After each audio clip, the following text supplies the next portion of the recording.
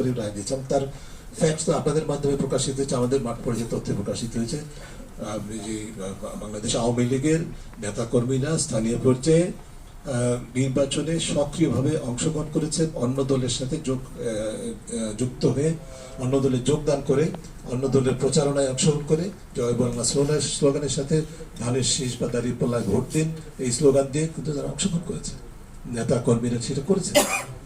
ঠিক আছে, তো কাজেই আমরা কোন চুক্তিতে বলি যেটি বাংলাদেশ আওয়ামী লীগের নেতাকর্মীরা বা সমর্থকরা ভোট দেয়নি, এটা কোন পর্যায়ে বলুন? যারা ভোট দেয়নি তাদের মধ্যে আমি বলছি না শতভাগ দিয়েছে, বা আমাদের সাধারণ ভোটারও শতভাগ ভোট দেয়নি, এটা অস্বীকার করার উপায় নেই। সে কারণে 40% ভোটে অংশগ্রহণ মানে কম হয়েছে। যেরকম যে সমস্ত কারণে ভোট দেওয়ার থেকে মানুষ বিরত থাকে, তাহলে সেটা আওয়ামী লীগের ক্ষেত্রে বঞ্চিত হতে পারে, অথবা এর সাথে একটা অতিরিক্ত বিষয় থাকতে পারে যে তারা বয়কট করেছে বাস্তবে, কিন্তু শতভাগ বয়কট করেছে এটা কিন্তু আপনি আমি কেউ বলতে পারবো না। যে এই বিষয়টাকে অন্তর্ভুক্তিমূলক নির্বাচন বিষয়টাকে দলীয়করণের আগে দেখার কোনো সুযোগ নেই, অন্তত আমরা দেখি না। আমরা ফ্যাক্টের উপর ভিত্তি করে কথা বলি।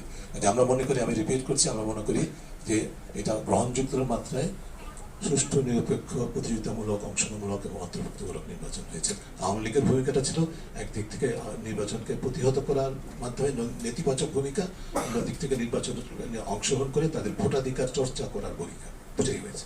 স্যার, আমার নাম তৌফিক হোসেন মুবিন, আমি টাইমস অফ বাংলাদেশের কাজ। যে বিএনপির লোকজন 327% এক্সপেন্ডিচার লিমিট ক্রস করেছে এবং আপনারা গবেষণায় নিয়েছেন হচ্ছে 70টি আসন, বেজ নিয়েছেন এক এক দলের এক এক রকম। তো আমি কি জিনিসটাকে এইভাবে লিখবো যে সার্বিক পর্যবেক্ষণে আপনারা 300 আসনে এইভাবে এক্সপেন্ডিচার লিমিট ক্রস করা পেয়েছেন, নাকি হচ্ছে সিলেক্টেড কনস্টিটিউয়েন্সি এন্ড পেজেস?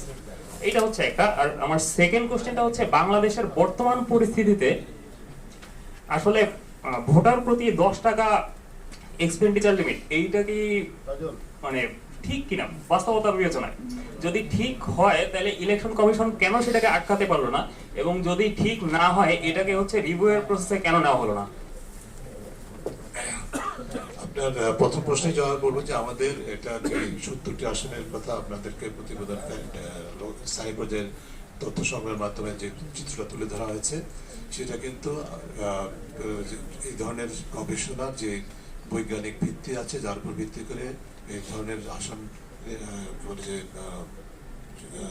নির্ধারণ করা হয়, নমুনায়ন করা হয়, সেই নমুনায়ন পদ্ধতি অনুসরণ করে 70টি আসন নির্বাচন করা হয়েছে, নমুনায়িত হয়েছে, যেটি প্রতিনিধিত্বমূলক। এই যে 70টা আসনের যে চিত্র, সেটি আমরা বলছি আমাদের গবেষণার মধ্যে আমরা বলছি সারা দেশের চিত্রের প্রতিফলন ঘটাচ্ছে। ঠিক আছে, পরিষ্কার হয়েছে ভাই?